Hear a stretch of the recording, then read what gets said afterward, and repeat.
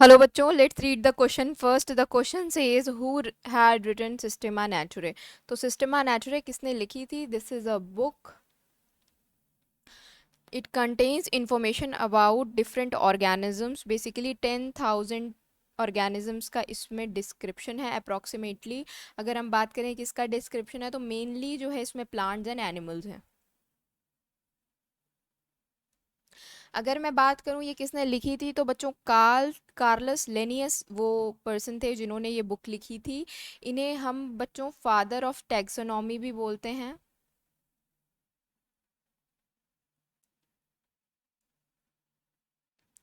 अच्छा, अगर हम बात करें कि इन्होंने टैक्सोनॉमी के फील्ड में और क्या करा था, तो बच्चों इन्होंने ही सबसे पहले नेमिंग सिस्टम की शुरुआत करी थी।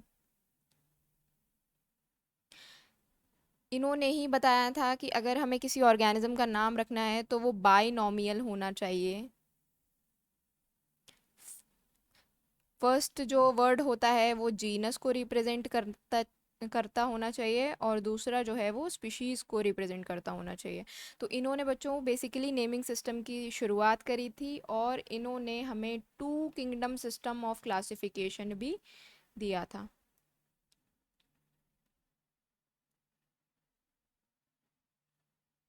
जिसमें इन्होंने सारे ऑर्गेनिजम्स को प्लांट्स और एनिमल की कैटेगरी में रखा था। तो इन्होंने दो किंगडम सिस्टम दिया था जिसमें इन्होंने इंक्लूड करा था प्लांटी और एनीमेलिया को। तो ये दो किंगडम्स इन्होंने दिए थे। तो करेक्ट आंसर तो हो गया बच्चों ऑप्शन नंबर 2। अगर बाकी ऑप्शंस की बात करें तो अर्नस्ट मेयर हमें दिया है, ये 20th सेंचुरी डार्विन थे। Due to his work on evolution, evolution में इनके काम की वजह से इनको 20th सेंचुरी के डार्विन की उपाधि दी गई। तो ये तो नहीं होगा। अगर मैं बात करूं आर एच विटेकर की, तो बच्चों इन्होंने सबसे सक्सेसफुल क्लासिफिकेशन सिस्टम दिया था जिसे हम आज 5 किंगडम सिस्टम ऑफ क्लासिफिकेशन बोलते हैं।